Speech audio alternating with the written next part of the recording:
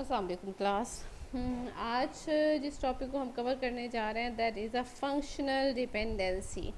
अच्छा, अब अनोमलीज़ को हमने देख लिया है। कुछ डिपेंडेंसीज आएंगी हमारे डेटाबेस के अंदर जिन्हें हम वन बाय वन देखेंगे और फिर डिफरेंट नॉर्मल फॉर्म्स को यूज़ करते हुए उन्हें हम रिमूव करेंगे। कुछ डिपेंडेंसी ज़रूरी भी हैं, ठीक है, जैसे कि आप सारे एट्रीब्यूट्स मुकम्मल तौर पे डिपेंडेंट हो प्राइमरी की के ऊपर, दैट इज़ इम्पॉर्टेंट। इसकी अपनी एक अहमियत है, ठीक है, ये डिपेंडेंसी ज़रूरी है। लेकिन कुछ डिपेंडेंसीज़ को हमें रिमूव करना पड़ेगा जिसके लिए हम कोई मुख्तलिफ़ किस्म की नॉर्मल फॉर्म्स का इस्तेमाल करेंगे। सबसे पहले हम देखते हैं फंक्शनल डिपेंडेंसी को। नाम से क्या लगता है आपको? फंक्शनल डिपेंडेंसी, किसी चीज़ का फंक्शनली डिपेंडेंट होना किसी चीज़ पे। ये दो एट्रीब्यूट्स के दरमियान में रिलेशनशिप होता है। इसका मतलब ये है कि अगर एक एट्रीब्यूट की वैल्यू आपको नॉन हो तो आप के लिए पॉसिबल है दूसरे एट्रीब्यूट की वैल्यू को ऑब्टेन करना। एग्जांपल दे रहे हैं यहाँ पे आप देखिए क्या है। यहाँ पे एक रिलेशन है, स्टूडेंट का रिलेशन है, उसमें रजिस्ट्रेशन नंबर है that appear to be a primary key, ये प्राइमरी की लग रहा है। फिर एक स्टूडेंट नेम का एट्रीब्यूट है, एक क्लास है और एक ईमेल है, ठीक है। यहाँ पे 4 एट्रीब्यूट्स हैं।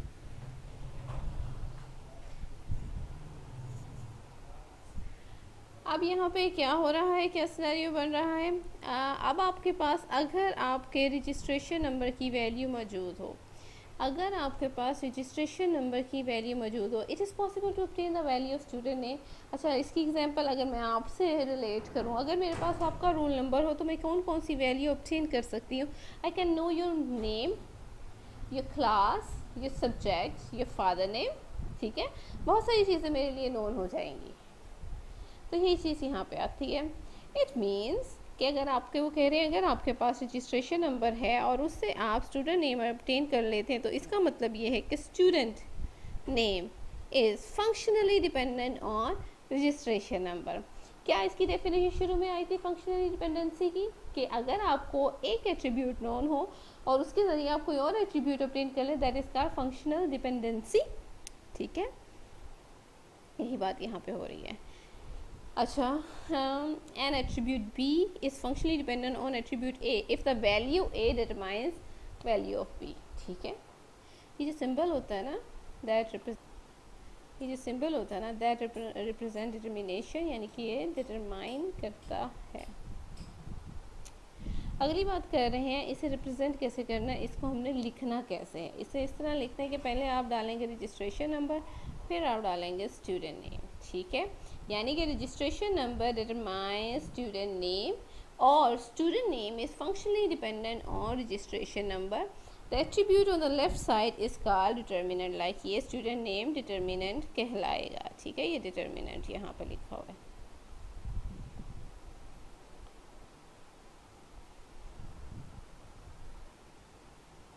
अच्छा, आगे बात कर रहे हैं। अब इसकी जो डेफिनेशन, हम टेक्निकल डेफिनेशन की तरफ आते हैं।